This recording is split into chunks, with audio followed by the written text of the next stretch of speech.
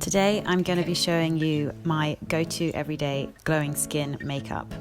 Now before we start with the actual makeup, I'm afraid there's only so much you can fake in my opinion, and I always start with great skincare. The Colbert MD Tone Control Facial Gels are great because they get rid of any dullness and really brighten the skin. Then I like to go in with the great masks. The Powerful Advanced Night Repair one from Estée Lauder is one of my favourites. It doubles the amount of hyaluronic acid in your skin, which means your skin looks really plump and hydrated, and I'll just massage it in once I've taken the mask off before going in with my favourite primer, which is the Smashbox Radiance primer. I love this one because it's got a slight glow to it, which is a little bit darker, so it gives me a really warm glow. My favourite foundation of late is the Armani Luminous Silk Foundation. I like to apply it with my fingers as I find it really massages it into the skin. I want it to look like it's part of the skin, not sitting on top, which it can more easily look like when you use a brush. I'll apply it kind of all over and then go back to areas where I need a little bit more coverage. Here I had a bit of breakout on my chin, so I'm just applying another layer.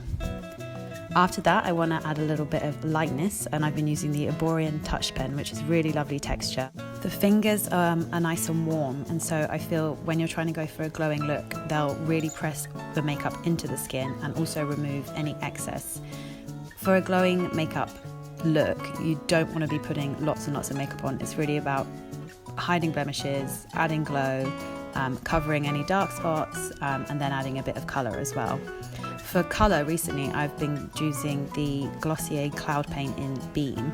Again, I apply this with my fingers and I just tap it from the apple of my cheek up and tap it into that area. I'll also then add a bit on my nose for that kind of really sun-kissed look that adds a bit of glow. After that, I'll go in with my brows, but that's for another tutorial. And then I'll add a bit of colour with this amazing pink from Estée Lauder. It's a really nice cream colour, so I am going to use a brush to apply it because I don't want to mess up the rest of my makeup. I'll apply it again on the bridge of the nose and the eyelids a bit before applying my go-to everyday cream bronzer, which is the Clinique Chubby Stick.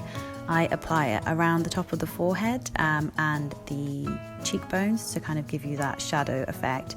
I'll also apply it on my eyelids, as I like to have the same colour on the eyes, as I feel like it has a really natural look when you have kind of all one kind of tonal colours all over the face. I then use this really great brush from Clinique as well, which is really light and doesn't kind of mess up the rest of your makeup. Once I've finished with this, I like to add an extra bit of glow with the RMS Magic Luminizer. This is a really great cream product and it's not glittery, so it doesn't look very fake on the skin. It looks like a very natural glow, which is what we're going for here. I'll put it in the inner corner of the eyes and on the apple of the cheeks as well. A little bit down the nose, but never on the end, as I feel that looks a little bit too fake, and then sometimes in my cupid's bow as well. If I do want to add a bit of bronzer, I'll use a powder bronzer like this one from Estée Lauder, but I'll make sure to use a big fluffy brush like this great powder one from the Mer, as that makes sure it doesn't look too thick on the skin or cakey. And to make sure it really doesn't look powdery, I'll always use a makeup fix, and this is a really nice mist from Armani. A bit of colour for the end of the look, which is this Tata Harper lip tint in Very Naughty. It's a really natural colour, and again I just press it in. You can add as much colour as you like, and otherwise that's the look done. Thanks for watching, guys.